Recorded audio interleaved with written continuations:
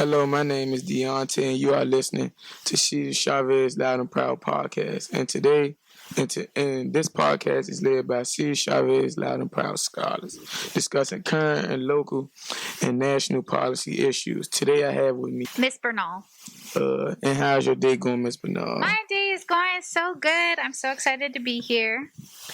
Today we will be talking about bullying. My first question is, what do you think about people who are bullied? People who are bullied or people who are bullying? People who are getting bullied. Getting bullied. So I think a lot of times students are really, especially students are really hesitant to tell people about what's happening, right?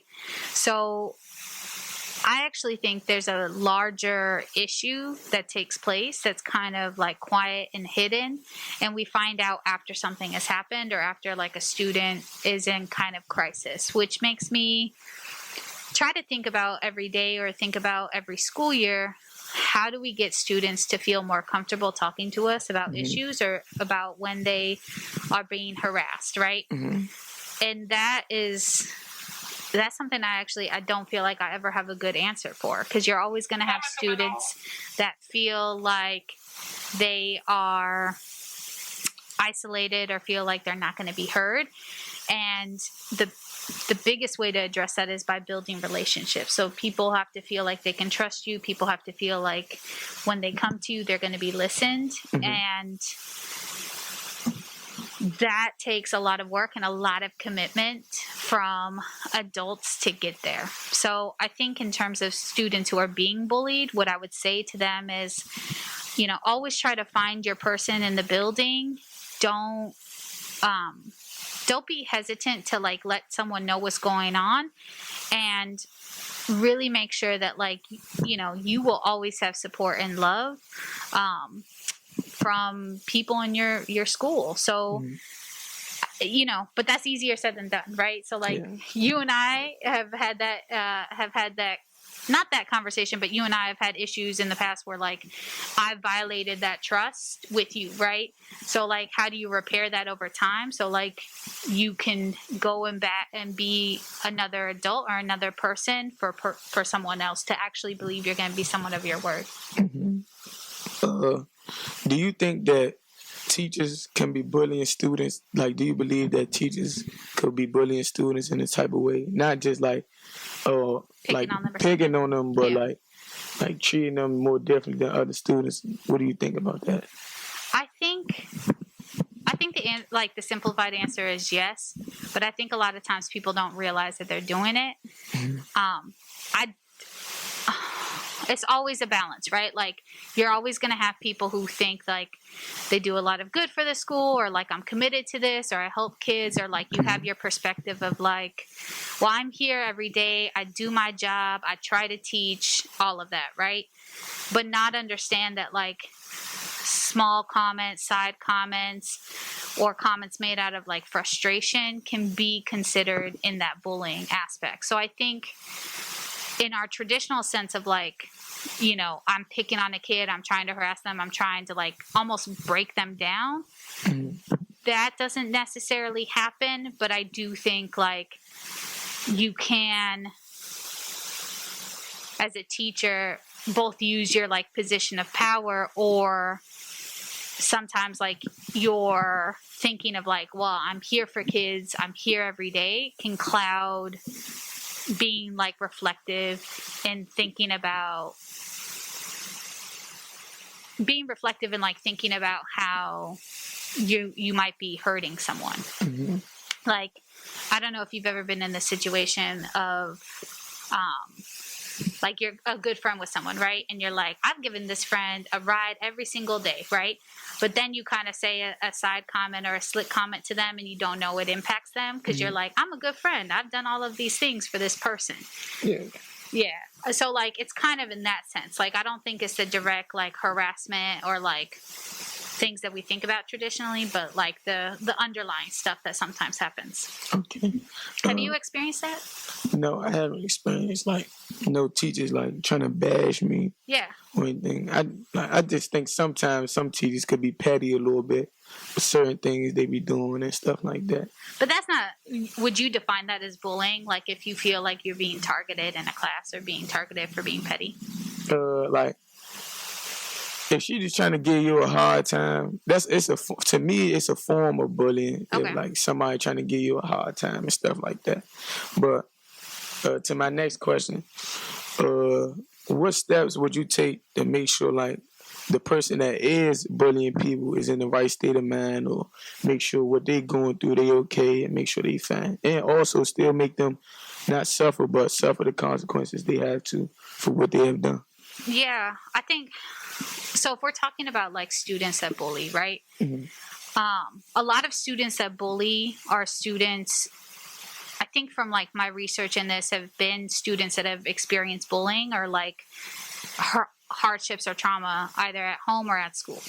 So I think bullying is a form of acting. Sometimes bullying is a form of like acting out, trying to get attention, trying to kind of be like a funny person, or not understanding like that their behavior responds. And in those cases, like a lot of conversations and work with the student have to be understood to understand like that perspective, right?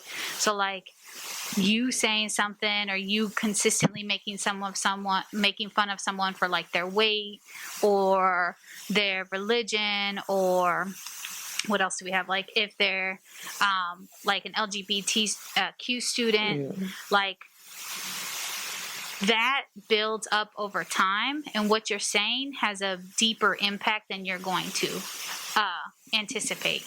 And so having and going through that perspective or giving that experience or conversation with students like has to be done. It also does have to be done in tandem with like real discipline. Like it's never okay for like people to use a slur of any time and it just be ignored, right? Like if you were a student here and you were called some type of, ridiculous slur, you wouldn't feel safe if we just kind of were like, well, we had a conversation with the kid and they're not going to do it again, right? Mm-hmm. So it's this balance of like you support the student who's mentally like who might be having like mental or personal issues. They still receive discipline because you want to make sure they understand it's not okay to do that. And then you also have to follow up with the student that's being bullied to make sure that they're comfortable with the different things that have taken place. Like it's all of those three things to make sure that the behavior changes, because that's the ultimate goal, right? The ultimate goal of like addressing students behaving badly towards one another or like being harassing one another is to not only make sure that it stops, but that the lesson is learned from that, in my opinion. Okay. My next question is, have you ever experienced bullying, and how did you take it if you had? So, I really haven't experienced bullying. I have experienced, like, growing up in LA, I've experienced different forms of, like, discrimination, but not direct bullying. So I can't speak to that. I have had a lot of students disclose, like, where they feel they're being bullied. And so I've tried to, like, understand their perspective and bring that in so that I have some knowledge about it. But no, I haven't experienced bullying. Do you mind if I ask if you have? Yeah. I want to say, like, my experiences, I guess you can say it's bullying, but it's not really, because I don't really be caring what people be saying about me and how they talk about me or how they feel about me. As long as they don't come to me directly being like blatantly disrespectful in my face, I don't got no problems with them. So, if I was being bullied, I would just handle it as a regular person. I think that I don't know, because I think I would just take it like I wouldn't have a problem with it, type stuff. Yeah, and I think that that's why like the topic of bullying is so tricky, is like it's such a broad definition, right? So like is it what I mentioned, like is it discrimination? Is it like someone making fun of you but like stopping? Is it people saying stuff behind your back but not stopping? Or like when we talk about real serious cases, like the repeated harassment, like I'm going to pick on this kid and do this and this and this, right? I think like most like little rates of bullying and stuff, it's all based off they picking on people that's not really like regular people, like people that's soft and don't really be getting into stuff like that. So they be targeting people. Yeah. That's what I think about it. And I think like it's I do feel like y'all have it tougher now as like kids because it's changed to being online, yeah, right? Social media, people get bashed on social media all the time, so it's like and I don't know, like that's why I said I think it's tougher now because it can be hidden a lot more. Like if I was bullied in high school, it was pretty apparent, or like if I were someone in my age that was going to be bullied in school, like it would have been pretty apparent to people around me, right? So like, because it wasn't on social media, it would have been in your face. It would have been like people knew about it going on. But now if you're being bullied or like you're being harassed, a lot of times it's online, and that can be hidden from like your parents, or it can be hidden from like teachers or your friends, because you know direct messaging exists, or posting or vague posting, all of that, right? So like a lot of times now, not only is it hidden, but it's also hidden who's doing it. I don't know if that makes sense. Yeah. As Chavez, do you think that we suffer from any bullying? Yeah.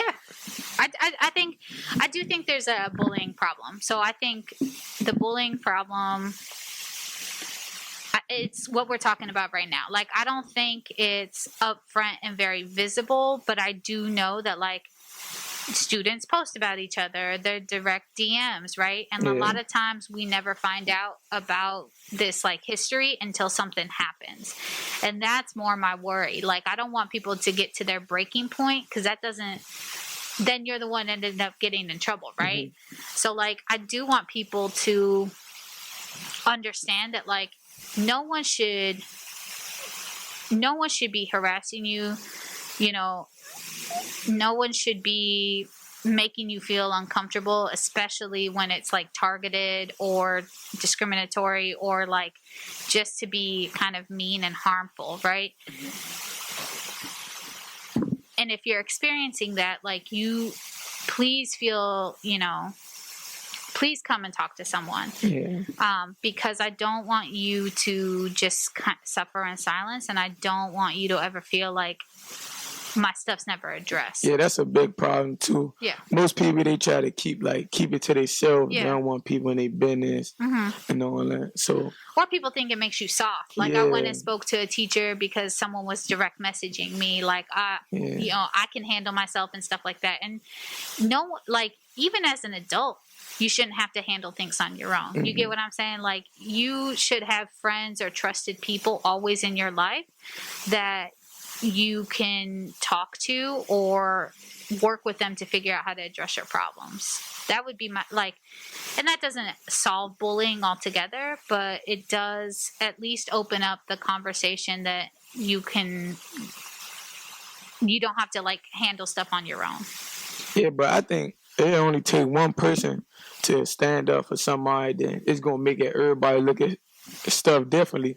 Because I've been through situations like that when somebody was getting picked on, laughed on, and I told other people, like, stop that, like, he ain't for that.